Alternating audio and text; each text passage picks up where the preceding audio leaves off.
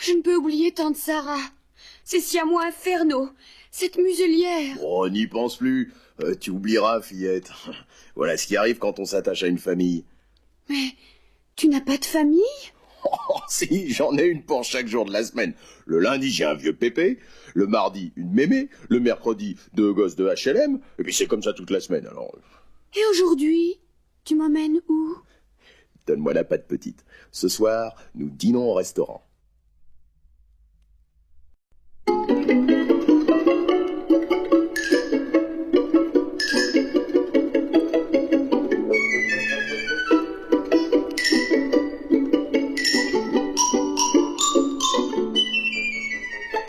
Et le clochard, fier comme le chien d'Artaban, conduisit sa nouvelle conquête chez Tony, le grand maître des spaghettis et de l'ossobuco. Hé hé, sacré clochard, ton nouvel petit ami, tu as laissé tomber ta danseuse espagnole, petit gredin. Que veut-il dire? Bon, rien, tu sais, il parle très mal notre langue. Ça te ferait plaisir de dîner à table avec des spaghettis spéciales, avec des boulettes et des os d'ossobuco, hein? Allez, à table. Lady accepta ce dîner d'amoureux avec joie. Le clochard l'initia à l'art de manger des spaghettis et elle passa une nuit inoubliable. Le clochard l'emmena dormir à la belle étoile, à la campagne. Toi, près de moi, dans la nuit d'Italie, quelle belle notte.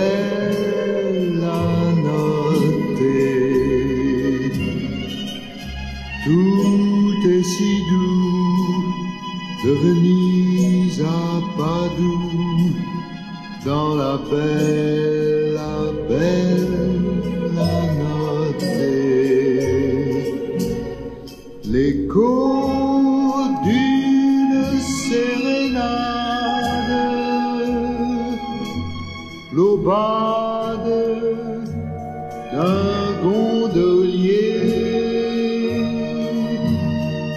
la promenade un soir d'été. Je n'ai rien oublié, car deux amoureux, ça fait 2 cœurs heureux dans la belle notte.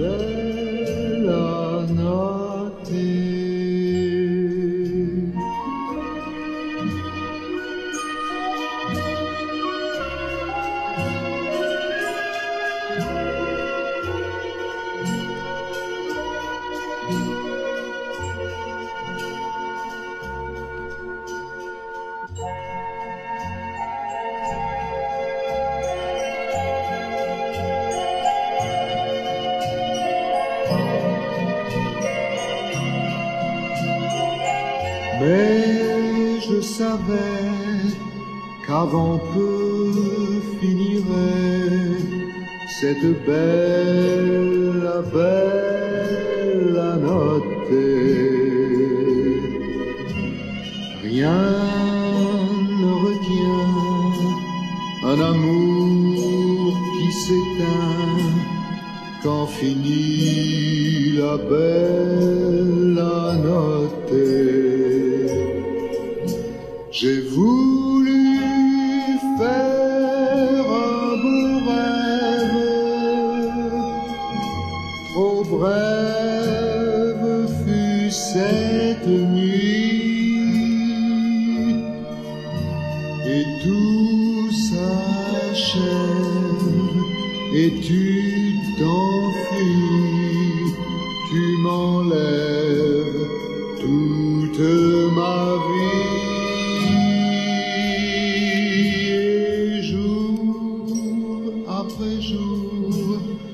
Revivra mon amour dans la belle notte.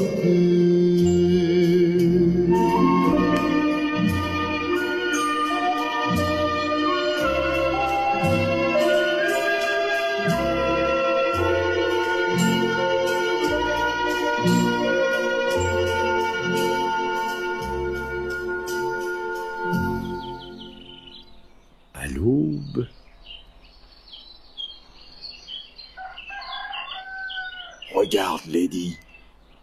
Que vois-tu? Je vois la ville entière, des maisons, des jardins, des clôtures aussi. C'est la vie en laisse. Tandis qu'ici, tout est à nous. Nous serions libres. Deux chiens qui s'aiment pourraient y trouver le bonheur. J'adore t'écouter parler, mais qui veillera sur le bébé de Jim et de Darling? Le clochard n'insista pas et même, par pudeur, il changea de sujet de conversation en proposant à Lady une partie de cocotte. Cela consistait à s'introduire dans un poulailler pour secouer les plumes aux poulettes. Hélas, l'employé de la fourrière faisait sa ronde. Avant que Clochard n'ait le temps de réagir, il s'empara de la pauvre Lady qui l'enferma dans sa charrette. Clochard s'amusait toujours à pourchasser les poulettes sans supposer la tragédie. Lady fut jetée sans ménagement dans la cage aux bêtes errantes, et il y découvrit un monde inconnu, des chiens de tout poil, faméliques, sales et grossiers.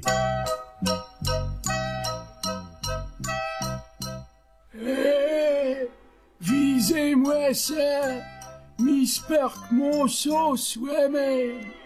Qu'est-ce que t'as fait pour être là, duchesse? T'as filé tes puces au maître d'hôtel? Laisse tomber, Bill. La gosse est terrifiée. T'en fais pas, chérie. C'est une erreur judiciaire. Avec ta médaille sur le cœur, tu resteras pas longtemps ici. Quel mal ai-je fait en portant cette plaque d'identité? Aucun mal. C'est le passeport pour la liberté. Parce que sans lui... Les amis, regardez ça. La folle qui part pour la grande promenade. On l'emmène où? Prendre un billet pour un voyage sans retour. Vous voulez dire qu'elle ne reviendra jamais plus? Oui, duchesse. C'est ce qu'on appelle une vie de chien. C'est toujours ce qu'elle dit le clochard. Le clochard? Ouais, un dur, qui s'est jamais laissé prendre. Un gars terrible, qui se débrouille pour vivre à l'air libre. Il a du chien. Ah, c'est ça qui compte. Il a du chien, Hawk. Moi, je l'adore. Ah oui? Ouais, le clochard est un drôle de vénère, mais un cœur d'artichaut. Il ne garde jamais ses conquêtes bien longtemps. J'ai plus d'expérience que vous en amour. Le cœur du clochard, il sera pris un beau jour. Et alors? Quick. C'est pour la petite coquère. On l'a ramassée tout à l'heure. Elle a une médaille avec son adresse. Allez, allez, viens, petite, viens, viens. On va te ramener à ta maison. C'est pas un coin pour toi, ici. Lady retourna donc chez Darling et Jim, où tante Sarah continuait à faire la loi, à s'occuper du bébé, à gâter ses terribles siamois. Lady, dans sa niche, dépérissait à vue d'œil. Sa tristesse faisait peine à voir. Un beau matin, César et Joe décidèrent de lui parler à cœur ouvert. En fait, ils avaient pris une drôle de décision. Courage, vieux, courage.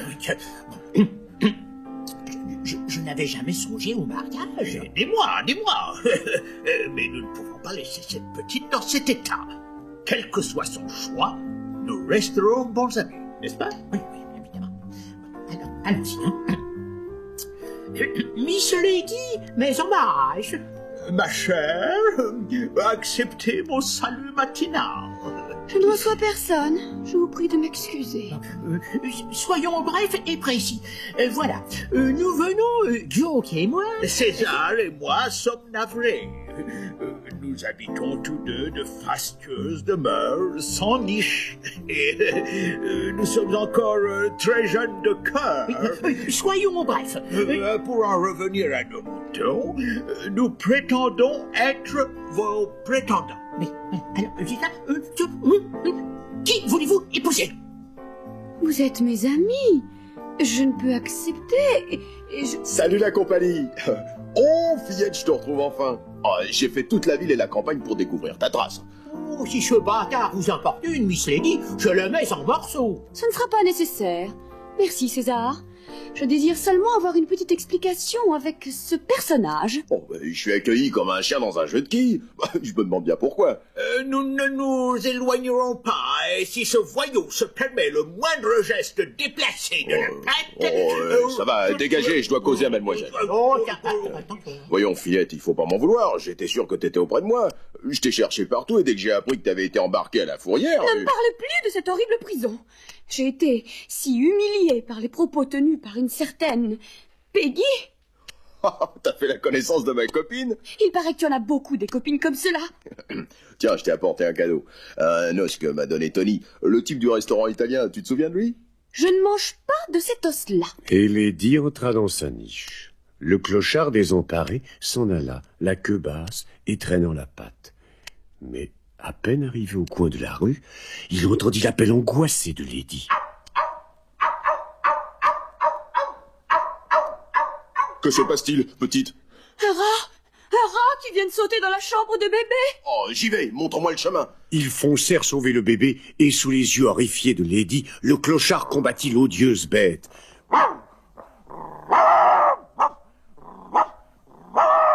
Mais le rat se défendit, des griffes et des dents, et mordit cruellement son assaillant. Dans la bataille, tout fut renversé, chaises, fauteuils, tables et bibelots, et même le berceau avec le bébé.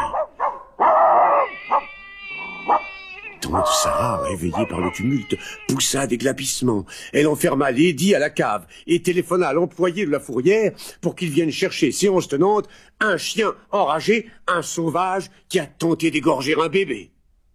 Au moment où la voiture de la fourrière emportait le clochard, Darling et Jim rentraient de voyage. Mais que se passe-t-il, tante Sarah? Le bébé n'a rien, mais un horrible cabot s'est introduit dans sa chambre. Tante Sarah, calmez-vous et expliquez-nous tout. C'est Lady, cette coureuse et complice. Lady complice? Si. Pour faire du mal à bébé? Mais enfin, c'est impossible. Mais je suis arrivée à temps, sinon il égorgeait bébé. J'ai compris immédiatement que ce type ne valait pas tripette. De là à vouloir attaquer un bébé, quand même. Le chien est le meilleur ami de l'homme. Et mon grand-papa disait... Tiens, j'entends Lady qui pleure. Elle est à la cave, elle est punie. Mais elle veut nous dire quelque chose, ou nous montrer quelque chose. Délivre-la, Jim chéri. Là, doucement, ma vieille. Mais qu'est-ce qui s'est donc passé, hein? Tu m'emmènes à la chambre de bébé? Bon, eh bien, je te suis. Darling! Tante Sarah! Venez vite! Ils ont tué un horrible rat! Là, c'était donc ça. Nous l'avons bien mal jugé. Certes, nous n'avons pas agi en gentleman. Il faut rattraper la voiture de la fourrière. Mais comment? En suivant sa piste, pardi. En suivant sa piste. Et ensuite? Ensuite, on aboiera pour l'avertir qu'il est lavé de tout soupçon. Et nous le délivrerons. C'est la moindre des choses pour des gentlemen comme nous. Suivre la piste de la voiture demanda un certain temps et beaucoup d'efforts à Joke, encore plus à César. Mais il n'était pas seul à vouloir rattraper la prison à roulettes du clochard. Jim et Lady la poursuivaient aussi, en voiture. À un carrefour, César se jeta courageusement en travers du chemin, sous les roues du véhicule de la fourrière. Il provoqua un accident qui délivra le clochard. Hélas, César restait étendu, immobile, sur la chaussée. Il est trop tard pour lui serrer la patte. Pauvre vieux, tout écrabouillé. Il s'est conduit en héros. Il aura droit à une deuxième médaille. Non, mes amis, non. César n'était que blessé. Jim, qui survint à ce moment, le ramassa délicatement et le conduisit chez le plus proche vétérinaire. Quelques mois passèrent et puis, ce fut à nouveau Noël. Darling posait la dernière guirlande au sapin quand... Lady chérie, veux-tu accueillir nos amis? Je vais avec toi, Lady. Ce bon vieux César, ça va la patte? Sois prudent, ne prends pas ta béquille dans le tapis. Aucune inquiétude à avoir, Joke. Ça va aller tout seul. Soyez les bienvenus. Entrez, tout le monde vous attend. Le monde qui les attendait, c'était Lady et le clochard flanqués de 4 chiots. Mais oui, mes amis, après une vie de vagabondage, Clochard avait accepté l'offre de Jim et de Darling et ils vivaient maintenant en père de famille à la maison. Lady lui avait donné 4 beaux petits chiots. Toute la marmaille jouait à se faire tirer les oreilles par le petit enfant de la maison. Mais, sur une portée de cocker, un chiot avait hérité du poil gris et de l'incommensurable malice de son père. Même en balbutiant au waf, il prenait déjà un accent voyou qui ne devait rien à la race de sa maman. Hello, sacré clochard. Tu t'es mis doublement la corde au cou, hein? Joke, je vous en prie, pas un mot sur son collier. Oh, que vois-je? Un collier tout neuf. Oh, félicitations. Je l'ai senti immédiatement. Mon flair. Toujours mon flair. Infaillible. César, j'ai quelque chose à dire à ton flair. Viens ici. Non, Joke, ne le grondez pas. Un collier? Oui, un collier. Il paraît que c'est très à la mode. Je n'ai pas pu résister à Lady. Mon grand-papa disait toujours, en sage qu'il était. Mais vous ai-je dit que ce vieillard était un sage, mes petits? Non, jamais, César.